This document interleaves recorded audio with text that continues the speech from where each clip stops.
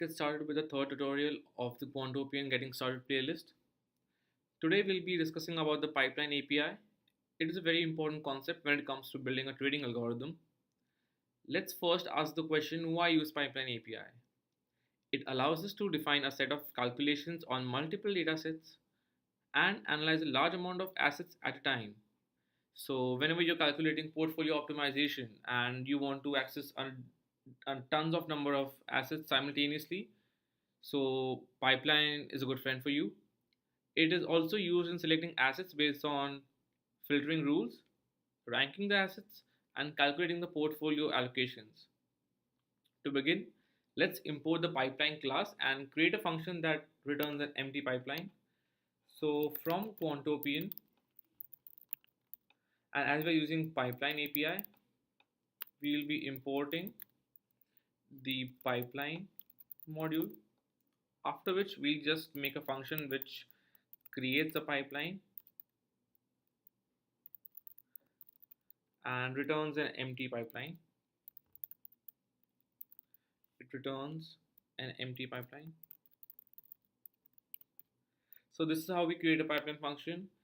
So now to add an output to a pipeline, we need to include a reference to a dataset and a specified computation, like what computation will we be performing on the dataset. So let's take, for example, the US equity pricing data. So from Quantopian pipeline data, you can import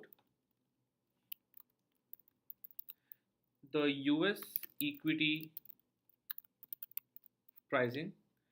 So if you want to know more about the US equity pricing, just go to help API reference and just search for US equity and you will see this. It's an example of a data set. So it has 5 columns: open, high, low, close, and volume, which we'll be using here. So let's just save the closing price of US equity pricing in a variable called close price. And we're using US equity pricing. Let's run this. Equity pricing dot close, we'll be accessing the columns and the latest values of the closing prices. So one thing important here is datasets are simply collections of objects that tell the pipeline API where and how to find the inputs to computations. Since these are objects often correspond to database columns, we refer to the attributes of datasets as columns. So they do not actually hold the actual data, but they are simply collections of objects. So that's the reason we can just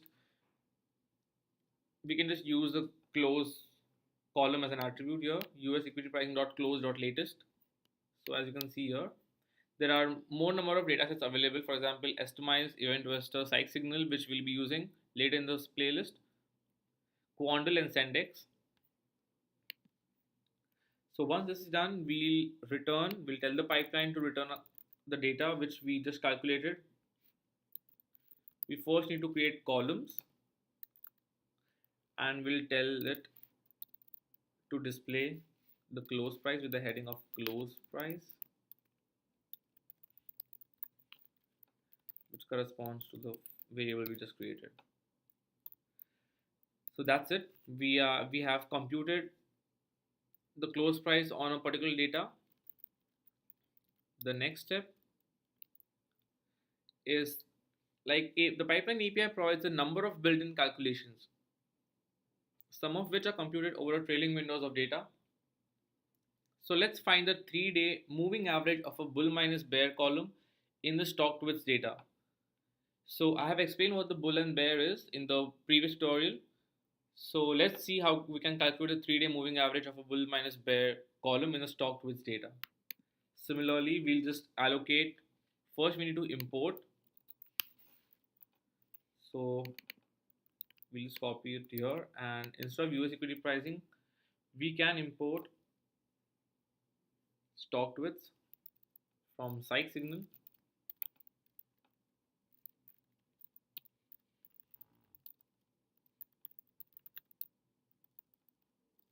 We can import psych signal. Oh, we can, yeah, stock width. So here it is, and also we need to calculate. There's also built-in function for moving averages, which we can use right now instead of rolling mean. So from Quantopian dot pipeline dot factors, let's just import simple moving average.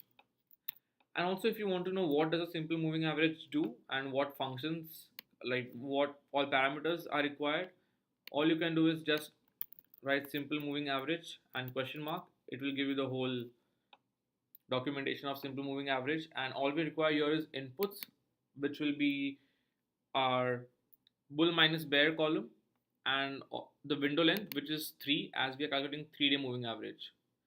So with this done, we'll just calculate the sentiment score by using simple moving average, and as we know, we'll be using inputs as stock width dot the bull minus bear column. As we know, the bull minus bear, yeah, this gives us the sentiment, and the window length to be 3-day, as we need a 3-day moving average. Once this is done, we'll be adding this to our columns, which we'll be returning. So let's name it sentiment, and we'll return the sentiment variable. No errors. An important part of developing a strategy is defining the set of assets that we want to consider trading in a portfolio. So you have to perform this computation of on a set of assets, right? If you build a portfolio optimizer, you need to understand which assets to take and which assets not to take, and how much weights to allocate. So Quantopian has something called universe of selection. I will add a link to Quantopian's lecture series where they explain what what the universe of selection is. So it's basically stocks that can be traded and which can be used for building a portfolio optimizer. So once again, from Quantopian, let's just import quantopian.pipeline. If you need any help on the documentation, you can just go on to the help section and API reference. It's very helpful. So this is under the experimental module, and we'll be importing Q tradable stock US.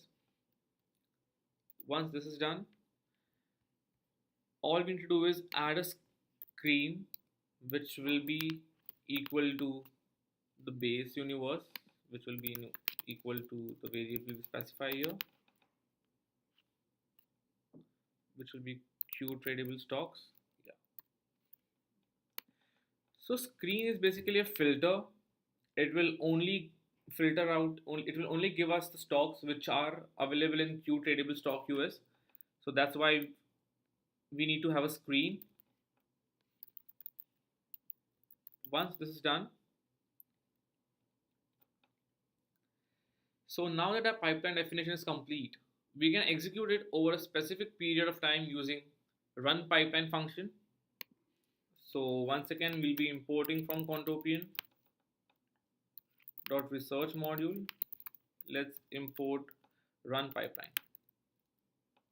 So you can autocomplete the function just by using tab. So if you are here and you want to complete the run pipeline, just use tab. So let's create a pipeline output.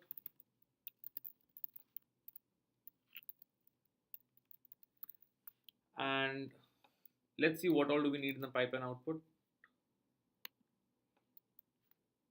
Oh, sorry, it's the run pipeline.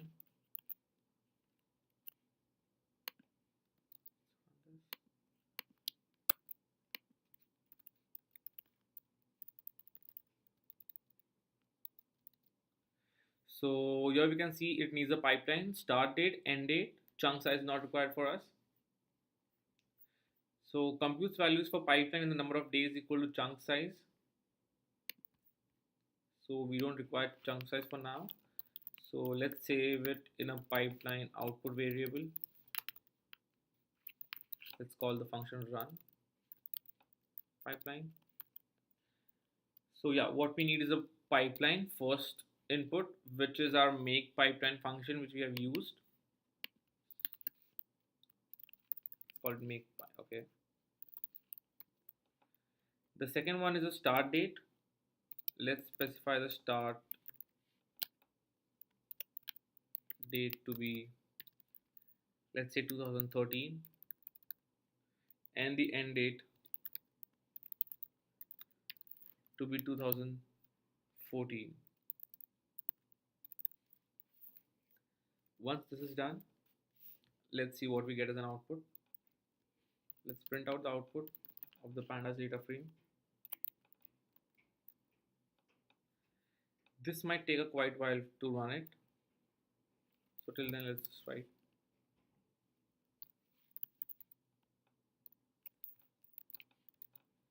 So yeah. So these are the 10 assets which have the close price and the sentiment allocated to it. This is how fundamentally a pipeline works. This concept will be used later in the playlist where we'll be developing long short trading algorithms and how does it work. And we'll be using the IDE provided by Quantopian, which is a very helpful IDE. So if you want to learn more about pipeline, you can just go here to the learn and to the lectures. So if you have any doubts or if you want to go fundamentally deep into anything, so see here in lecture 28 you can see universal selection defining a trading universe. So they have a lot of number of lectures here. So please do have a look, and if there are any doubts, please let me know. I'll try to solve it. Thank you.